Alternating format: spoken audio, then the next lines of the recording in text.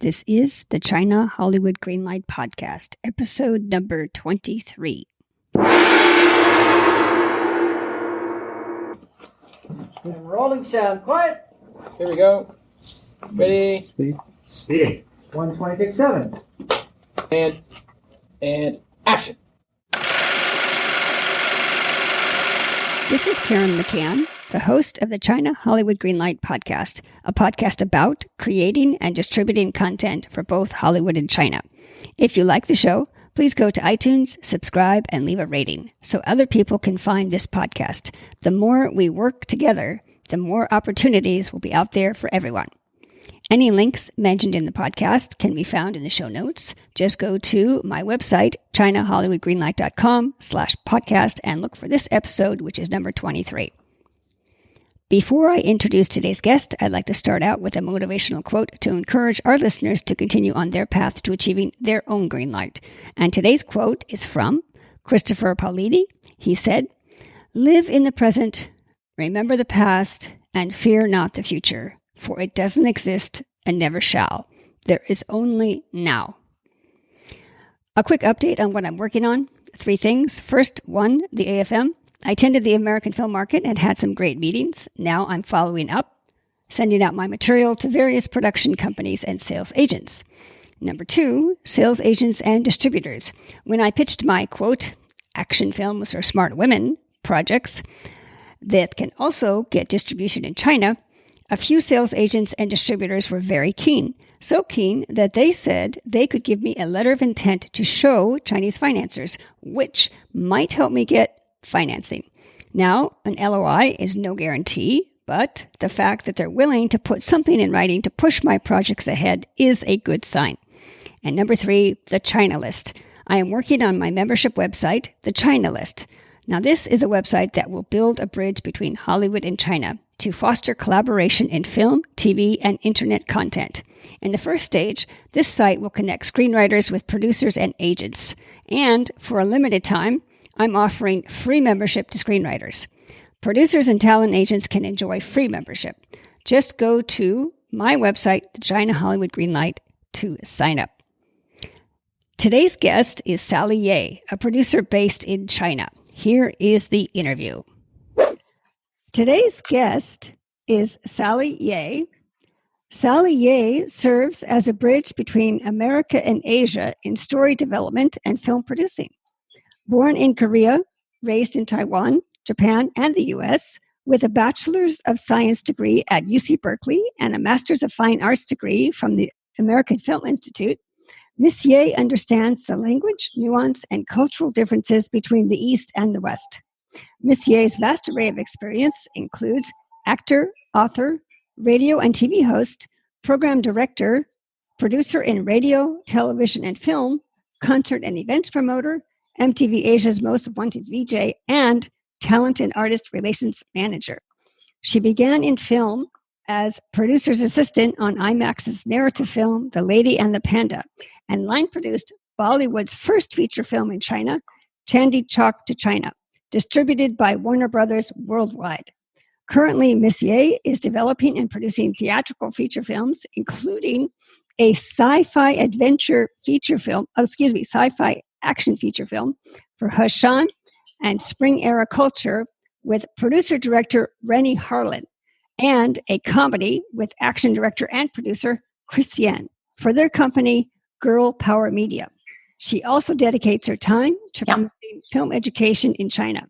Ms. Yeh interviewed many artists and filmmakers, including Bjork, Jerry Bruckheimer, Bon Jovi, David Foster, Andy Lau, Arnold Schwarzenegger, and Robert Wise. Well, wow, that's quite a resume there. Sally, thank you so much for coming on the show today. You sure I did all that? Yeah, I did all that. Well, I gave the audience a little brief overview, but please take a minute and tell us a little bit about yourself personally and your business. Thank you so much, Karen. It's great to be here. I'm really excited to talk to you and to everyone that's listening. I am a producer. I have been living in China for 16 years, 2.5 years in Shanghai, the rest of it in Beijing. Okay. And Yeah, all of that you said are true. Wow.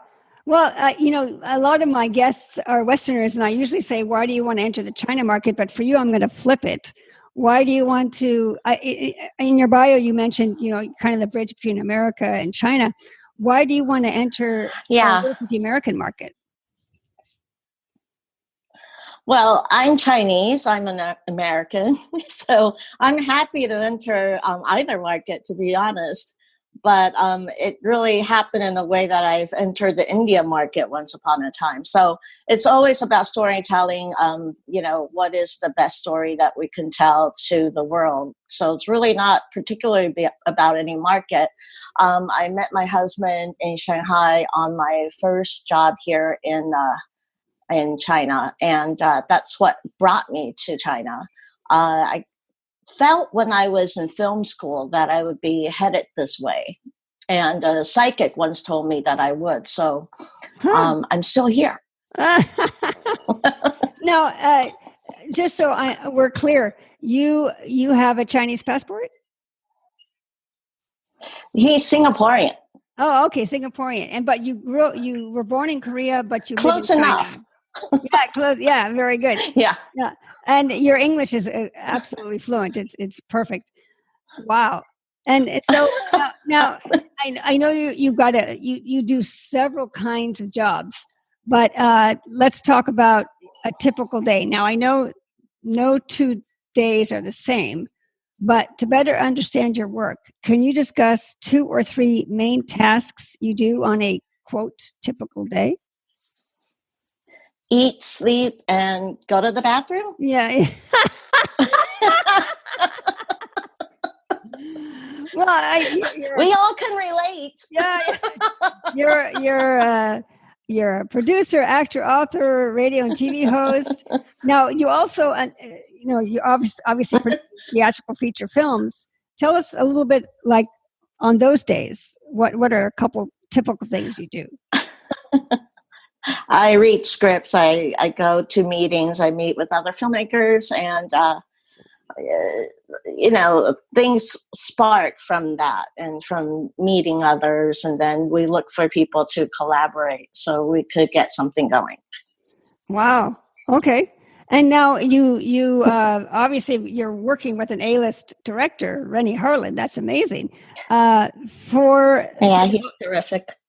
Now, for the audience, a lot of our audience is up and coming filmmakers and producers.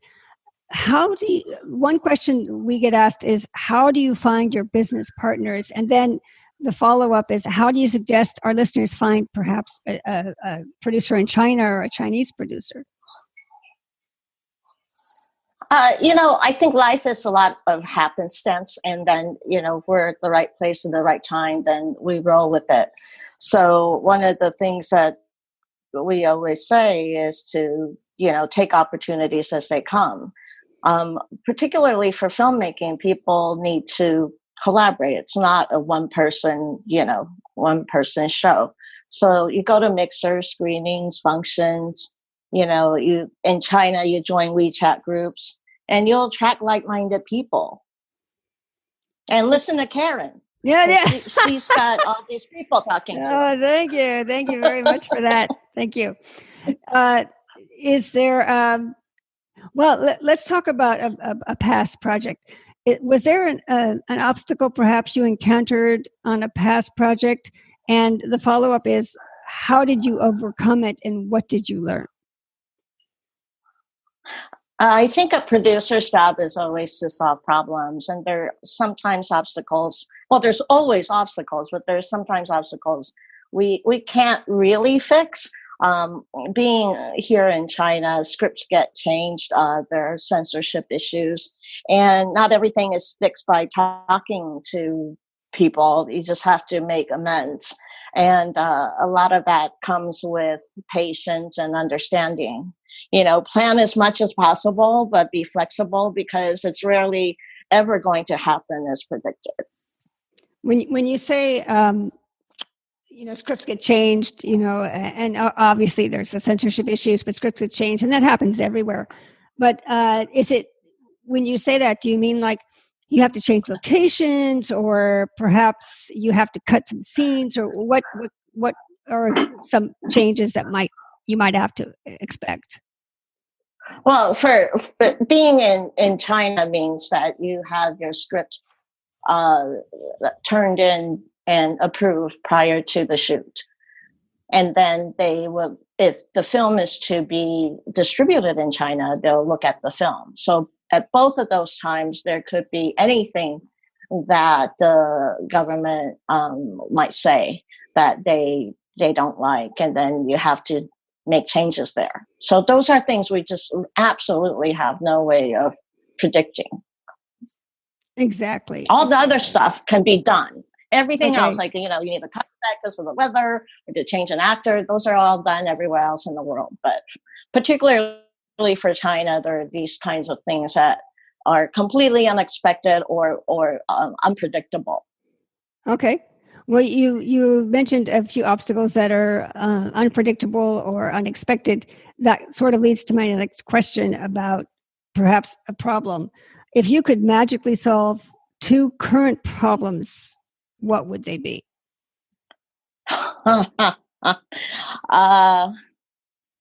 Slow down climate change. Yeah.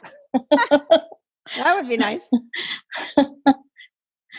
Lift the China-US divide. Yes. It's causing a lot of issues right now. Yeah. Is that causing... We all live on the same planet. We're in 2019. We all live on the same planet. I think people need to think as earthlings. Exactly. First. No, I'm just curious. I'm in the U.S. Obviously. Is this U.S.? This is sort of separate, just off the top of my head. Is this U.S.-China divide? Is that causing a slowdown, perhaps, in the film business in China, or is there any change perhaps you've seen this year?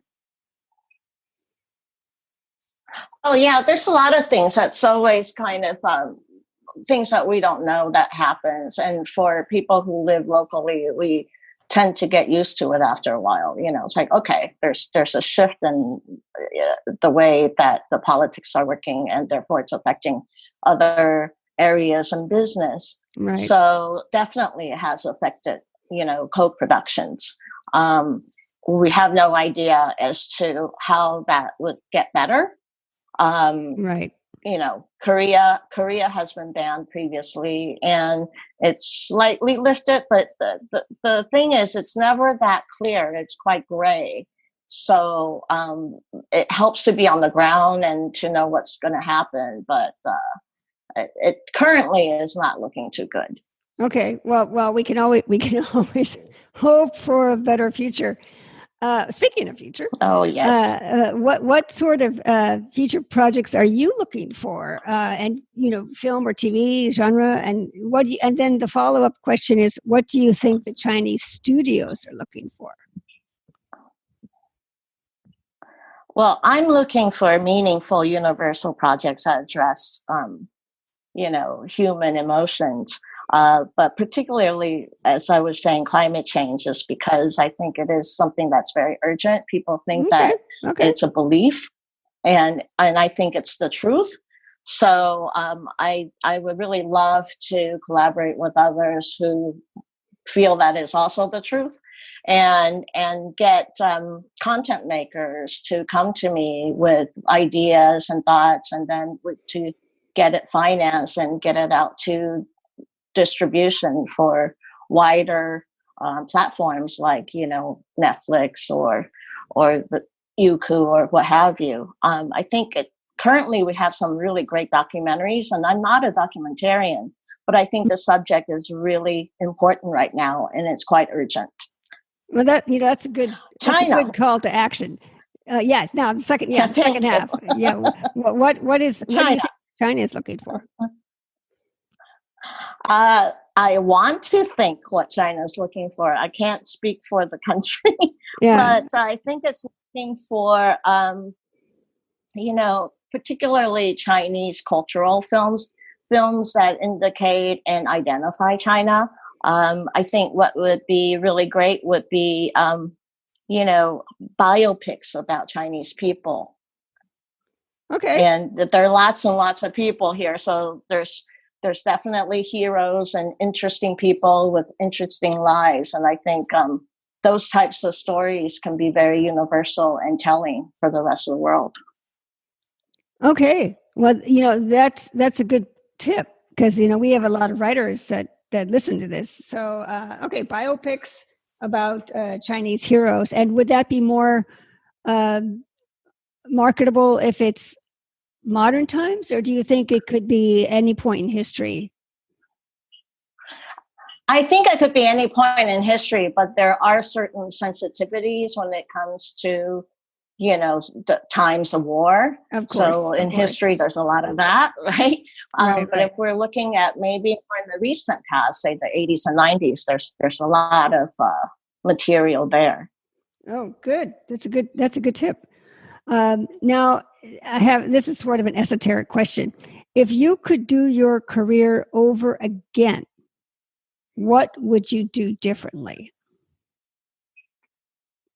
I don't live in regret, so I don't think there's anything I would do differently.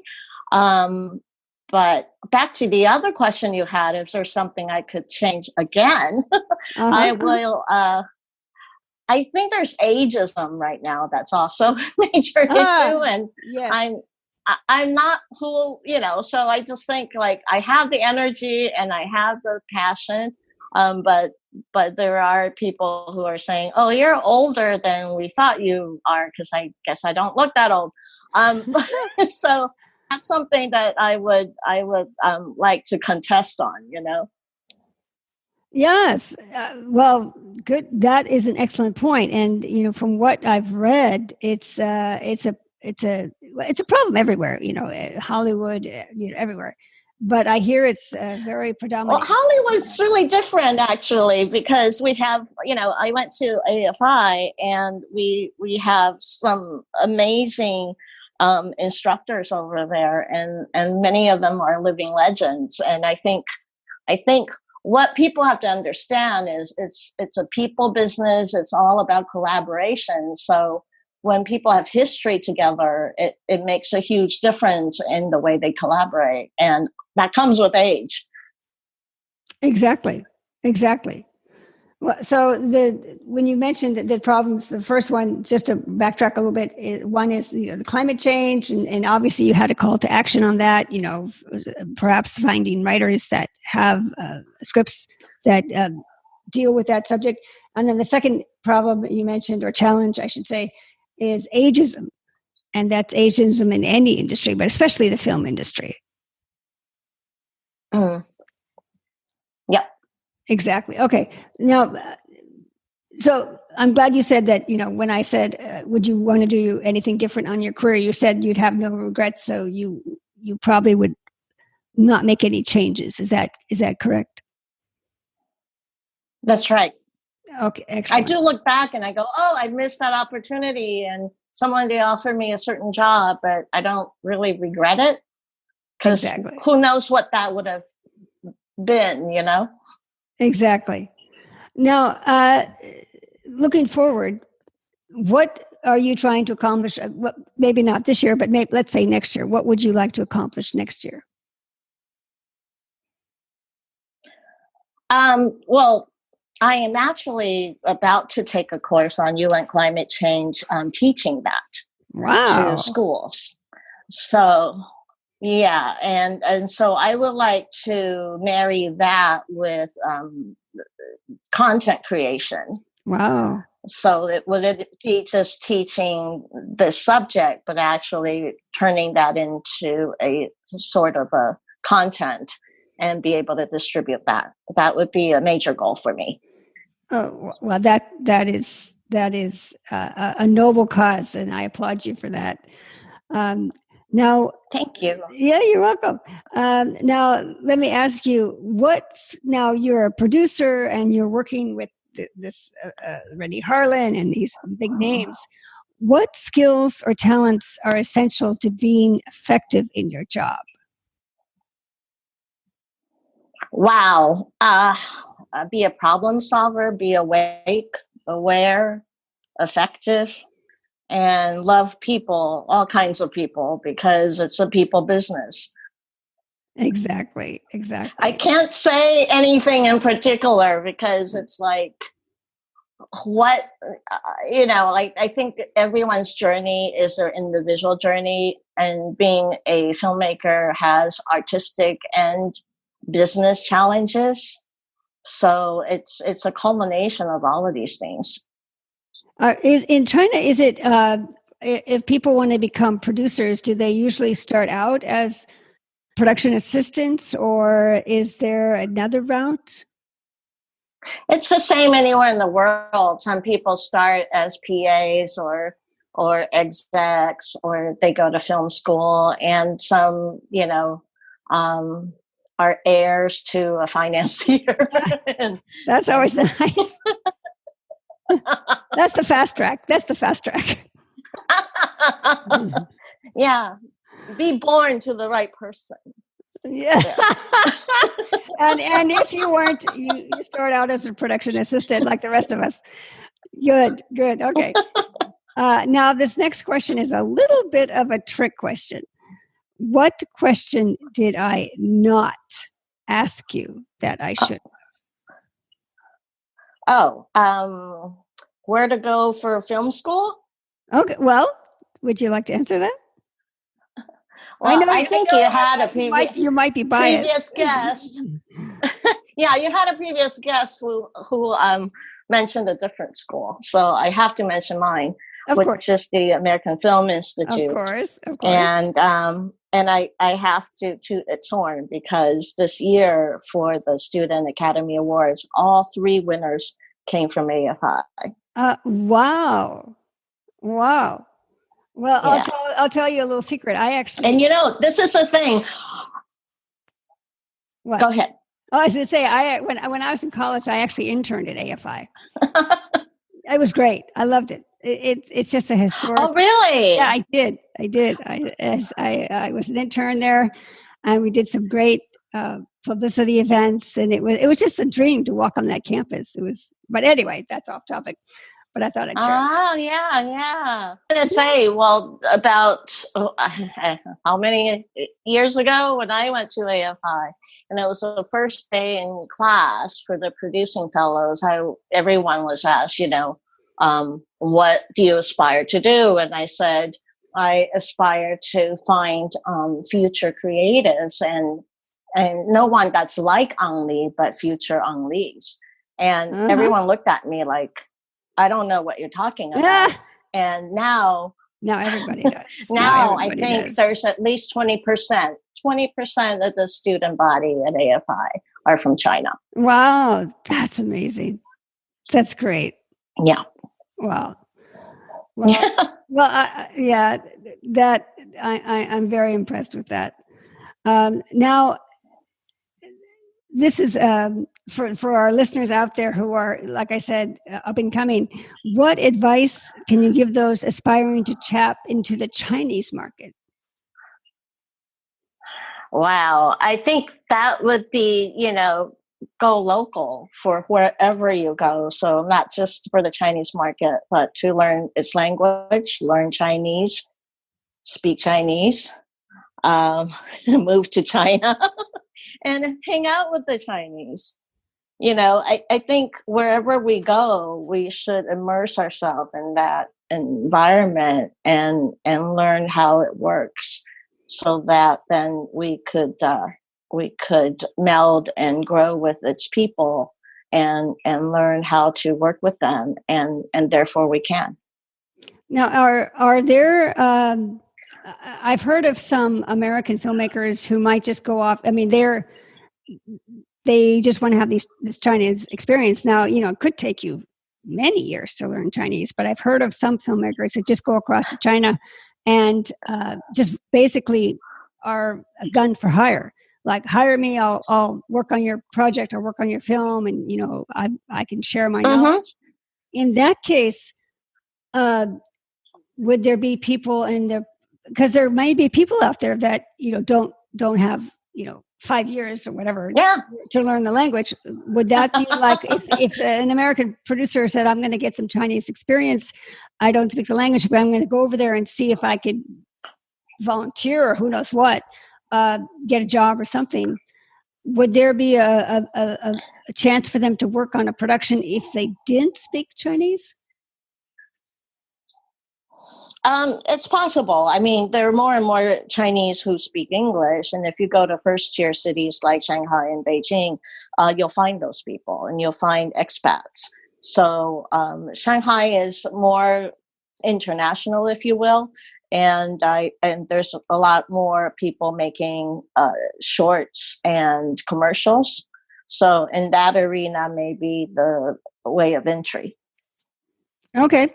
And then this is an off-topic question, but if a Westerner was going to go to China for one of the film markets, is there a particular film market that might be best suited or for Westerners, or it could just go to the major film markets in China?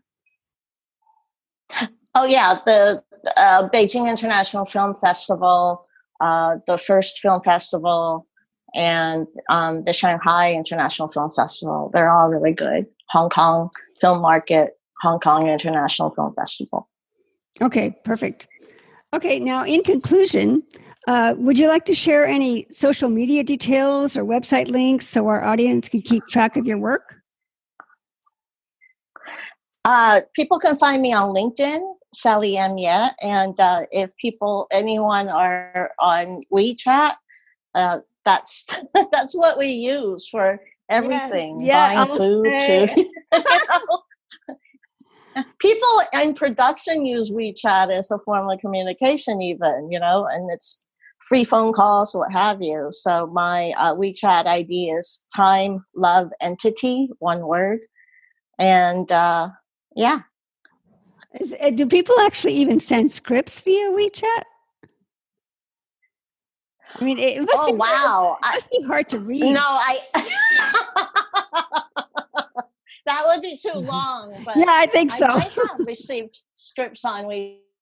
I don't know. I usually look at resumes, or maybe an outline or something. Okay, that's really long. Yeah. So maybe Americans, if they really want to connect with Chinese companies or producers, they should use WeChat, because I think Americans like email and maybe Chinese like WeChat better. You can also email me at Sally Yeh, one word, at yahoo.com. Got it. Okay. Well, Sally, this has been very educational, and thank you so much for coming on the podcast today. Thank you, Karen. I really appreciate that you also watched and loved Chanti Chak to China. I really appreciate that. You bet. And we'll see you at the premiere. Great. I've got 3 key points and 3 takeaways. Number 1, how to find a business partner or a producer. Sally was saying you should go to mixers, screenings, and industry functions. You can also join a WeChat group, and you'll attract like-minded people. Number 2, the U.S.-China divide. Sally brought up the example of the ban on Korean talent in China. Now, as you may recall, due to THAAD, Terminal High Altitude Area Defense, this is the U.S. military-installed defense system on the Korean peninsula. Sally says that the Korean culture ban has slightly lifted. So the fallout is real, but there is a ray of hope on the horizon. Number 3, flexibility. Sally mentioned outside the normal obstacles a producer must handle, there's also censorship issue, and this hits twice. First, when you apply for co-production status and the committee reviews your script, and then if you are distributing your film in China, the completed film is again reviewed. You can't predict what will pass or not. There are guidelines, but it's a very gray area and you need to be flexible. And as far as my takeaways, I have 3. Number 1, ageism. Sally makes a counterattack to ageism that I hope more people will adopt. People want to work with partners they have a history with. This makes a big difference in the way they collaborate. And this shared history comes with age. We all need to drop the negative bias that ageism fosters. Number 2, climate change. Not only is this a world problem, but if you have a story or a script about this, it's an opportunity. Sally is looking for collaborators on this important subject that affects all of us. She mentioned she will take a course on climate change and in the future teach the course to others. This is another opportunity for content creators, perhaps as a documentary. You can find Sally's contact details in the show notes. And number 3, biopics. When I asked Sally what kind of projects China might be looking for, she mentioned that there might be an opportunity in biopics, and she said it's best to avoid certain sensitivities, for example, historical figures from times of war. So consider Chinese persons from the recent past instead, so for example, the 80s and 90s. Well, that's the show. Thank you for listening. To show your support, please go to iTunes, subscribe, and leave a rating so other people can find the podcast. The more we work together, the more opportunities will be out there for everyone.